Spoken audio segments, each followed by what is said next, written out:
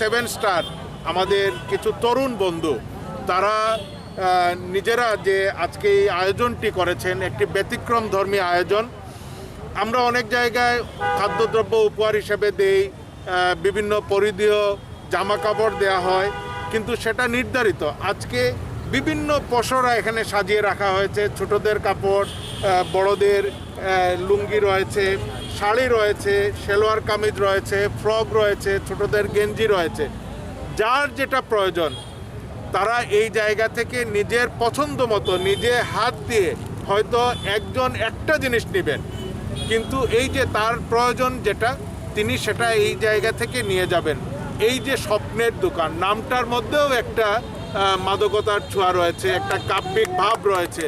আমি মনে করি আমাদের এই তরুণ এবং এই যুবকরা তাদের বিভিন্ন উদ্যম রয়েছে, তাদের ইচ্ছা রয়েছে ভালো কিছু করার, এবং তারাই আসলে আমাদের দেশকে আমাদের সমাজকে সামনের দিকে এগিয়ে নিয়ে যাবেন সেটা আমরা বিশ্বাস করি।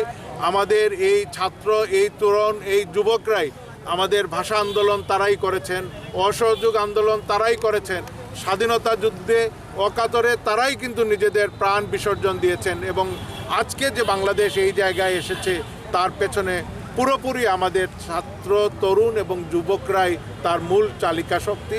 এই চালিকা শক্তি বাংলাদেশকে সামনের দিকে এগিয়ে নিয়ে যাবে। এখানে তো আমাদের এই আয়োজনটা আমাদের এটা অনেক আগ থেকেই প্ল্যান ছিল, তো সময়ের আর সুযোগের অভাবে বা এখানে অনেক ডোনেশনের বা টাকার একটা অনেক ব্যাপার ছেপার থাকে। তো আমরা গত বছর এই প্রোগ্রামটা করার কথা ছিল গত ঈদে, তো গত ঈদে মনে করেন যে আপনার লকডাউন থাকার কারণে প্রোগ্রামটা করা হয়নি। তো এই ঈদে আমাদের মানে স্বল্প সময় প্রস্তুতিতে আমরা এই আয়োজনটা করেছি। প্রথমের দিকে লকডাউন ছিল, তো লকডাউন শেষ হওয়ার পর 10 দিন পরে আমরা এই আয়োজনটা মানে উদ্যোগটা নেই, এবং খুব সহজেই ভালোভাবে আমাদের বন্ধু বান্ধব, ছোটো ভাই এবং বড় ভাই যারা আছেন সবার সাহায্য সহযোগিতায় আমরা আলহামদুলিল্লাহ মোটামুটি একটা আয়োজন করতে পেরেছি। তো আমাদের এই ভিন্নধর্মী আয়োজনের উদ্দেশ্য একটাই, যে অনেক সময় আছে যে ঈদে অনেকেই মনে করেন যে আপনার ঈদের কাপড় পরতে পারে না, সুবিধাবঞ্চিত অসহায় মানুষগুলো থাকে, তো অনেকের আসলে ইচ্ছে থাকে যে দোকান থেকে কাপড়টা কেনার, তো সেই সুযোগটা আসলে অনেকের থাকে না। তো আমাদের এই আয়োজনের মাধ্যমে আমরা চাচ্ছিলাম যে আপনার এই দোকানের মাধ্যমে, এই স্বপ্নের দোকানের মাধ্যমে তাদের স্বপ্নের কাপড়টা তাদের হাতে পৌঁছে দেওয়ার জন্য। আমাদের সমাজে অনেকেই আছে যে অনেকেই মনে করেন ঈদের কাপড় পরতে পারে না বা কিনতে পারে না, বা অনেকেরই শখ থাকে, ছোটোদের ইচ্ছা থাকে যে দোকানে গিয়ে যাতে কিনে,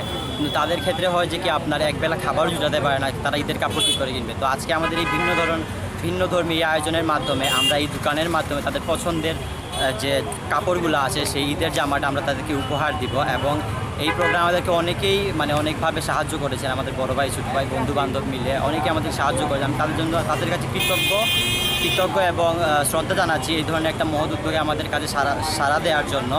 ভবিষ্যতে যাতে আমি এরকম কাজ করে যেতে পারি সেই জন্য আমরা সকলের সাহায্য সুবিধা একান্তভাবে কামনা করি।